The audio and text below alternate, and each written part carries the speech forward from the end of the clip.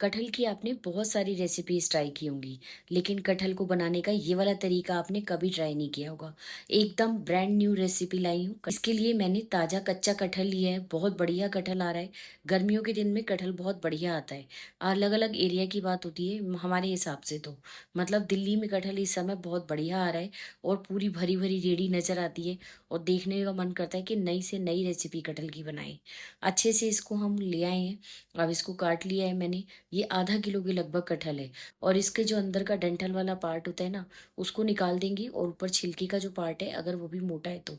और अगर बीच में आपको ऐसा लगे कि इसके बीच के ऊपर जो कवरिंग है ना वो थोड़ी हार्ड है, तो उसको भी आप इस तरह से डिस्कार्ड कर सकते हैं। बस इस तरह से सारे कटहल के मैंने इसलिए रफली चॉप कर लिया है, क्योंकि हमें बहुत ज़्यादा तो इसको बॉयल ही करना है, तो इसलिए बहुत ज़्यादा छोटे टुकड़े करने की ज़रूरत नहीं है। कटहल की ये वाली रेसिपी आप ट्राई करेंगे तो आपको बहुत अच्छी लगेगी। इवन मतलब जो कटहल हम बनाते हैं ना, उसके साथ ही खाने में बहुत बढ़िया लगता है और पता ही नहीं लगेगा किसी को, बिल्कुल नॉन वेजिटेरियन रस सब्जी का टेस्ट आएगा।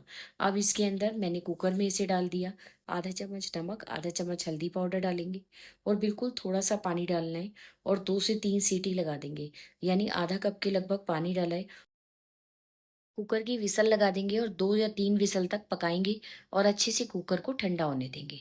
जब विसल रिलीज़ हो जाएगी, तो जल्दी ठंडा हो जाए इसके लिए मैंने सारे कटहल को एक बड़े बाउल के अंदर ट्रांसफ़र कर लिया है।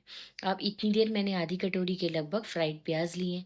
ये मैंने अभी कटहल की बिरयानी बनाई थी ना, तो प्याज़ बच गए थे, उसको मैं अच्छे से लपेट कर किसी एयरटाइट डब्बी में रख के फ्रिज में रख देती हूँ और महीनों तक वो प्याज़ खराब नहीं होते। उनको हम इस तरह से दरदरा पीस लेंगे। इसका फ़ायदा क्या होगा, जब हम इसे अगर कटहल के साथ पीसेंगे ना, तो उससे इसका बहुत बढ़िया टेस्ट नहीं आएगा और ये प्याज़ अच्छे से पिसता नहीं है। अब कटहल के जो टुकड़े थे, उनको हम मिक्सी के जार के अंदर डालेंगे और यहाँ पर इस बात का ध्यान रखना कि हमें इसका जो पानी है ना, उसका इस्तेमाल नहीं करना है। इस पानी को आप आटा गूँथने में इस्तेमाल कर सकते हैं या थोड़ा-सा ये मैंने इसको फेंक दिया है। अब कटहल के अंदर पानी को हमें बिल्कुल नहीं डालना, क्योंकि अगर आप पानी डालेंगे, तो कटहल पतला हो जाएगा। अब जो कटहल को हमने पीस लिया अच्छे से, बिल्कुल प्यारा-सा पेस्ट बना लीजिए। उसको अब हम बाउल के अंदर डाल देंगे। ये देखिए पेस्ट बनाने के बाद ये कितना कम रह गया है। आधा किलो कटहल है, 2-3 हरी मिर्चों को बारीक चॉप करके डाला है, 1 चम्मच अदरक को बहुत अच्छे से घिस लिया है और 1 चम्मच ही लहसुन, जिसको मैंने मिक्सी के अंदर अच्छे से पीस लिया है। इस तरह से ताज़ा पीसे हुए लहसुन और हरी मिर्च का और अदरक का बहुत बढ़िया फ्लेवर आता है और प्याज़ हमने साथ में ही पीस लिए, तो अलग से डालनी नहीं पड़ेगी। और जो फ्राइड प्याज़ है ना, उसका इस कोफ्ते में बहुत बढ़िया टेस्ट आएगा। 1 चम्मच मैंने कच्चा जीरा पाउडर डाला है, 1 चम्मच मैंने इसमें धनिया पाउडर डाला है, 1 चम्मच नमक डाला है। नमक आप अपने टेस्ट के हिसाब से एडजस्ट कर सकते हैं। आप इसमें 1 चम्मच छोटा वाला लाल मिर्च डालिए। अगर आप बच्चों के लिए बना रहे हैं, तो मिर्च आप अपने हिसाब से एडजस्ट कर लीजिए। थोड़ी-सी कम तीखी या ज़्यादा तीखी, मतलब मलाई कोफ्ते से भी ज़्यादा अच्छा ये हमारे कटहल के कोफ्ते बन के तैयार हुए थे। अब मैंने इसके अंदर 3 से 4 चम्मच के लगभग ये सत्तू लिया है, यानी कि भुना चने का आटा। आप इसकी जगह बेसन को हल्का-सा भून कर भी ले सकते हैं, ये हमें बाइंडिंग के लिए ज़रूरी है। अब इसके अंदर खूब सारा हरा धनिया डालेंगे और इसका एक बिल्कुल सॉफ्ट सा डो लगा लेंगे। ये डो जो है ना बिल्कुल हमारा सॉफ्ट सा बनेगा, क्योंकि कटहल जो है वो बहुत मुलायम हो चुका है और हमने उसको बॉयल करके पीस भी लिया है। अगर इस समय आपको ज़रूरत लगी, तो आप 1 या 2 चम्मच चावल का आटा या बेसन और मिला सकते हैं। वैसे मैंने टोटल 4 चम्मच सत्तू का इस्तेमाल किया है, जिससे कि बहुत बढ़िया टेस्ट आया है। ये देखिए, अब इसका बस एक चिपचिपा सा डो बनाना है। अब हमें इसे रेस्ट करने के लिए 2-3 मिनट रख देंगे, ताकि इसके अंदर जो चने का आटा है ना, वो थोड़ा-सा फूल जाए और बहुत बढ़िया अच्छे से बाइंडिंग आ जाए। 2 मिनट के या 5 मिनट के बाद हम देखेंगे कि अच्छे से ये बाइंड हो रहा है। बस हल्का-हल्का हाथों को चिकना करेंगे और इस तरह से इसकी छोटी-छोटी बॉल्स बना लेंगे। वैसे तो आप कोफ्ते गोल भी बना सकते हैं, पर मेरे को बनाते-बनाते ऐसा लगा कि ये कोफ्ते जो है ना मुझे अब के गोल के बजाय लंबे बनाने चाहिए, तो मैंने इनकी ओवल शेप दी है।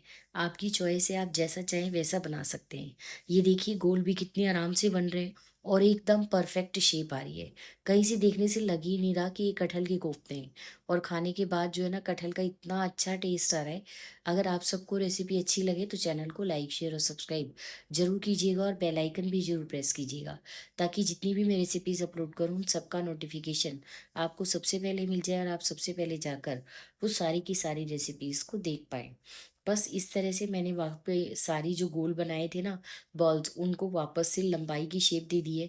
मुझे ये वाली शेप आज ज़्यादा अच्छी लग रही है। थोड़ा-थोड़ा चेंज करते रहने से अच्छा रहता है और टेस्ट भी डिफरेंट होता है। ये वाले कोफ्ते मैं अक्सर बनाती हूँ, पर आज मैंने इसे भुने चने के आटे से पहली बार बनाया है। हम इसमें बेसन का आटा डाल देते हैं, मतलब बेसन डाल देते हैं, और या फिर चावल का आटा। पर आज मैंने सत्तू था, सत्तू गर्मियों में बहुत अच्छा रहता है, सेहत के लिए फ़ायदेमंद भी। और ये कोफ्ते इतने अच्छे तल के फ्राई होके तैयार हुए ना, कि मतलब आप इनको फ्राई करेंगे और 2-3 तो ये वैसे ही ख़त्म हो जाएँगे। बस इस तरह से सारे कोफ्ते मैंने बनाकर तैयार कर लिए हैं। ये देखिए, टोटल 12 या 13 पीस बन के तैयार हुए हैं। अब कढ़ाई के अंदर तेल को अच्छे से तेज़ गरम करेंगे, और उसके बाद ये जो हमने कोफ्ते फ्राई किए हैं ना, कोफ्ते मतलब बना के रखे हैं, उनको हम कढ़ाई के अंदर डाल देंगे और अच्छे से सुनहरा होने तक फ्राई कर लेंगे। यहाँ पर इस बात का ध्यान रखें अगर बना रहे हैं तो, कि गैस का फ्लेम हाई रखना है। लो फ्लेम पर अगर तलेंगे तो ये फटने का डर है, और ये जो सारा फैल के कढ़ाई के अंदर ही फैल जाएगा। और हाई फ्लेम पर, क्योंकि हमारा कटहल अच्छे से पका हुआ है, इसमें जो हमने प्याज डाला है वो भी फ्राइड है, और भुने चने का आटा भी पका हुआ है, यानी भुना हुआ है। तो इसलिए कोई भी चीज़ कच्चा रहने का तो मतलब ही नहीं है। और बहुत नरम कोफ्ते बनेंगे, मतलब मलाई कोफ्ता भी आपको इसके आगे फेल लगेगा। खाने में ऐसा मलाई कोफ्ता नहीं लग रहा था, क्योंकि मलाई कोफ्ते का टेस्ट अलग होता है, और इसके अंदर जो कटहल का फ्लेवर आता है ना, वो ऐसा लग रहा है कि हमने कोई नॉन वेजिटेरियन डिश बनाई है। मतलब इसका टेस्ट कुछ इस तरह से आया।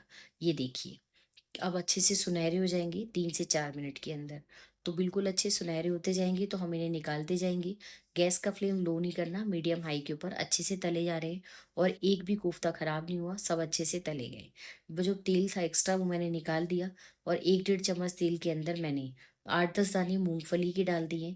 ये ग्रेवी को अच्छा-सा एक रिच लुक देंगे, और उसके अंदर हमें काजू, क्रीम कुछ नहीं डालना पड़ेगा। थोड़े से 2 रफली चॉप करके प्याज, 1 इंच अदरक का टुकड़ा, 2-3 हरी मिर्ची, और 8-10 कलियां लहसुन की। ये मोटी वाली कलियां थी तो 7-8 कलियां डाली हैं। और क्योंकि हम कटहल की सब्जी बना रहे हैं ना, तो इसके अंदर लहसुन और प्याज जितना ज़्यादा आप डालेंगे उतना अच्छा टेस्ट आएगा, क्योंकि ये इन दोनों चीज़ें जो है इसकी खास है। वैसे कटहल की सब्जी एक ऐसे भी बनती है कि उसको हम बिना प्याज लहसुन के बना सकते हैं, बिल्कुल सूखी, बहुत चटपटी और मसालेदार सब्जी बनती है। बस अब हम टमाटर डाल देंगे। 3 टमाटर मैंने मीडियम साइज़ के लिए हैं, और ये देसी टमाटर नहीं है, बैंगलोरी, क्योंकि ये सब्ज़ी खट्टी कम अच्छी लगेगी, और थोड़ा-सा इसका क्रीमी फ्लेवर आना चाहिए।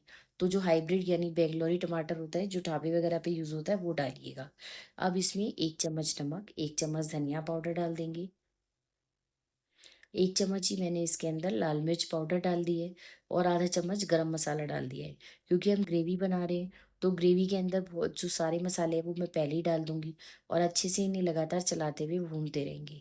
अभी टमाटर गलने में हमें टाइम लगेगा 2 से 3 मिनट का, और कहीं मसाला जल ना जाए इसके लिए मैंने 1/4 कप के लगभग पानी जो है इसके अंदर डाल दिया, और हम इसे ढककर 3 से 4 मिनट तक पका लेंगे। 3-4 मिनट के अंदर ही टमाटर, आपको पता ही है, फटाफट से नमक डालने के बाद तो जल्दी से गल जाता है। तो इसलिए इसे ढककर पका लेंगे, और उसके बाद इसे ठंडा होने देंगे। जब ये अच्छे से ठंडा हो जाएगा, तो इसको हम अच्छे से पीस लेंगे और ग्रेवी बना लेंगे।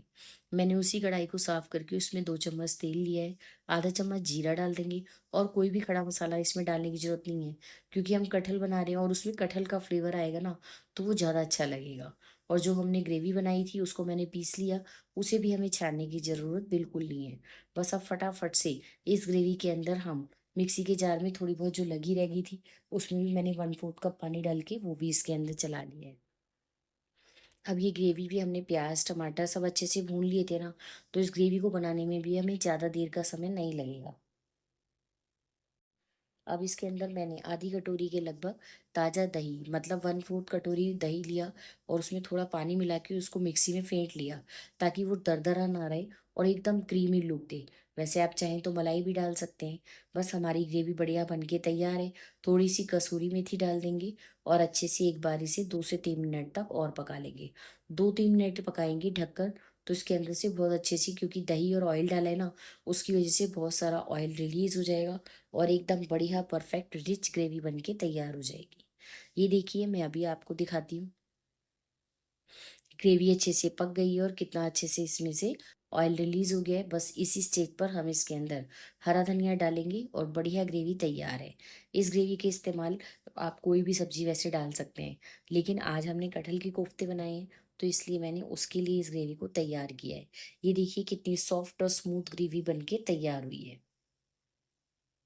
बस अब इसके अंदर हरा धनिया डाल देंगे और ग्रेवी हमारी बन के तैयार है। आप चाहे तो इसे 1 डेढ़ मिनट तक और पका सकते हैं, लेकिन ग्रेवी को हमें थोड़ा पतला ही रखना है और कोफ्ते हमें जभी जो ग्रेवी है ना वो उसमें डालने हैं जब हमें इसे सर्व करना हो। ये देखिए ढक के रखने के बाद कितना अच्छे से इसमें हमें ऑयल रिलीज़ हो गया है और बहुत ही सुंदर ग्रेवी का कलर आ गया है। बस बढ़िया ग्रेवी तैयार है, तो चलिए कोफ्ते सर्व कर लेते हैं। सबसे पहले प्लेट में कोफ्ते लगा लेंगे। उसके बाद गरम-गरम ग्रेवी जो है तेज़ गरम, जब आपको सर्व करना हो उसी समय जो है ग्रेवी को तेज़ गरम कीजिए और अगर आपको लगे कि थोड़ी गाढ़ी हो गई है रखे-रखे, तो आप उसके अंदर थोड़ा-सा पानी या दूध मिलाकर उसे तेज़ गरम कर सकते हैं। और देखिए कितनी स्मूथ ग्रेवी बनी है। खाने में सब्ज़ी बहुत टेस्टी बनी है। एक बार तो ट्राई करनी बनती है और अगर ट्राई करी तो कमेंट करके ज़रूर बताइएगा कि आपको ये रेसिपी कैसी लगी। मैं रोज़-रोज़ नई-नई रेसिपीज़ डालने की कोशिश करती हूँ। आप सबको पसंद आए तो चैनल के साथ जुड़ जाइए, लाइक कीजिए, शेयर कीजिए, कमेंट भी कीजिए।